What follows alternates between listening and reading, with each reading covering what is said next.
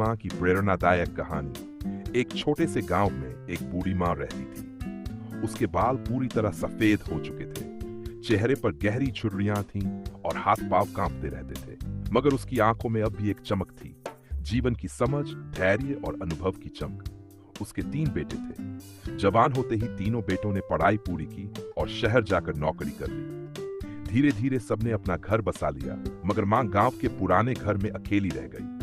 शुरुआत में तो बेटों का आना जाना लगा रहता था, मगर जैसे जैसे समय बीतता गया उनकी व्यस्तताएं बढ़ती गई और माँ के लिए समय कम होता गया। माँ हर रोज सुबह सूरज उगते ही भगवान के आगे दिया जलाती, आंगन में झाड़ू लगाती और थोड़े से पौधों को पानी देती। उसका जीवन अब बस इंतजार का जीवन बन गया था।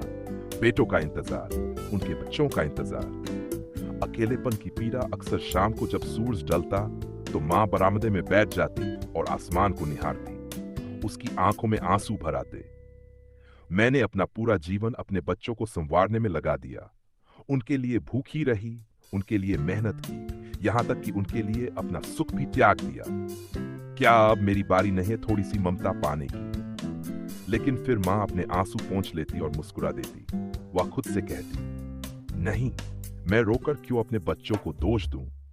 उन्होंने भी तो जीवन की दौड़ में उतरना है।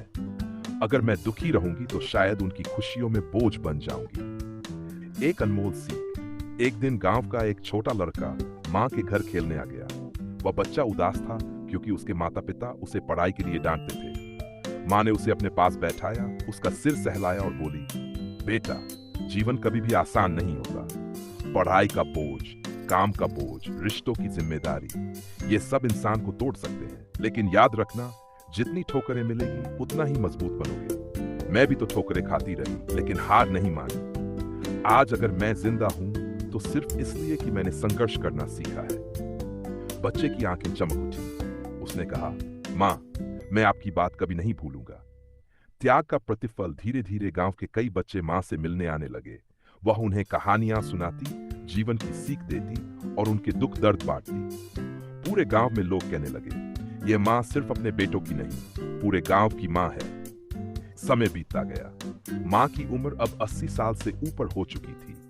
बेटों के पास अब भी उसके लिए समय नहीं था, मगर माँ ने कभी शिकायत नहीं की। फिर एक दिन गांव में एक बड़ा आयोजन हुआ।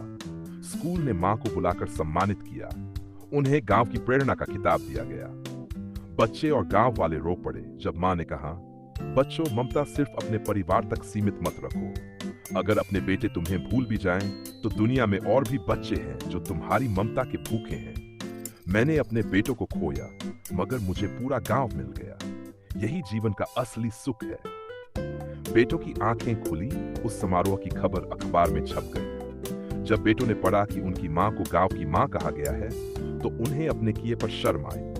वे तुरंत गांव पहुंचे और माँ के पैरों में गिरकर बोले, माँ, हमें माफ कर दो। हमने अपने जीवन की व्यस्तता में आपको भुला दिया, मगर आपने हमें कभी नहीं भुलाया।